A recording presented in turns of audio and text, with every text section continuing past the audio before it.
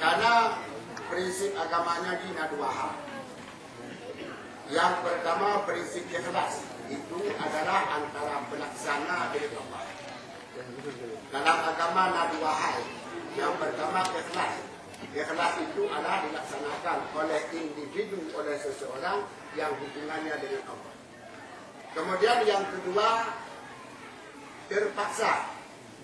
Terpaksa itu diatur oleh syarat, oleh hukum. Apakah yang menyangkut dengan keagamaan atau menyangkut dengan pemerintah. Maka orangnya dengkinya kagum pasar.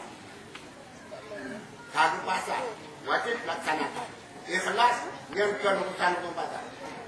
Ikhlas urusan hukum pasar anak pelai ikhlas.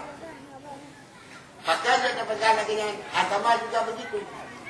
Allah Ta'ala melakukan hukum kepada tanya umatnya, ada yang secara pasar, ada yang secara anjuran untuk dilaksanakan, ada yang secara anjuran untuk ditinggalkan, ada yang dipaksa untuk ditinggalkan. Maka itu hukum di dalam agama. Wajib, sunat, makruh dan harus. Kemudian ada satu lagi hukum di dalam agama yang tidak ada resiko apapun, disebut dengan mubah. Hana pala dan hana desa. Allah Ta'ala saja berkata pasal, berarti kita juga wajib memasak. Maka dipegah oleh dalam ayat Al-Quran yang disebut la ikraha fid din. Tidak ada paksaan di dalam agama. Ayatnya kan ke urut Islam. Ingat, ayatnya berpegah ke urut kafir. Urut kafir hancur bahasa kamu di dalam Islam. Tapi menyangkatuh dalam Islam, fakta untuk urut rukun Islam. Maka itu bid'ah di dalam rukun Islam. Siapa yang meninggalkan salat menurut syar'i, toh bukankah itu paksaan? Dan hukum syarak. Kemudian hukum yang menyangkut dengan Allah Ta'ala. Siapa yang meninggalkan kewajiban, hana disembahyang, hana dipuasa, maka apakah itu bukan paksa? Jadi itulah hukum paksa di dalam agama. Kemudian yang hukum dianjurkan yaitu sunat. Sunat itu pegang menjaga pupuk, lonjong, pala, hana pupuk, ya oke saja itu dianjurkan. Maka itu dianjurkan untuk berbuat. Nantinya yang dianjurkan untuk ditinggalkan.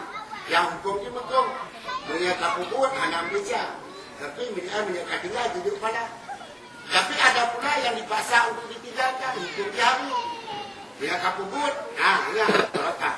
Hana pupuk, duduk pada. Itulah dasar hukum di dalam Islam.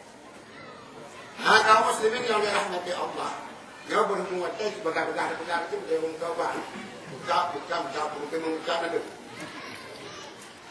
Nah, jadi beliau tahu dia pernah sekitar penjelasan tanya majelis taklim.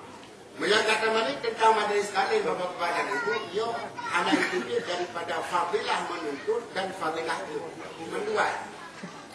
Fadilah artinya pahala orang yang menuntut dan fadilah ilmu di dalam hidup beragama dan di dalam hidup bermasyarakat.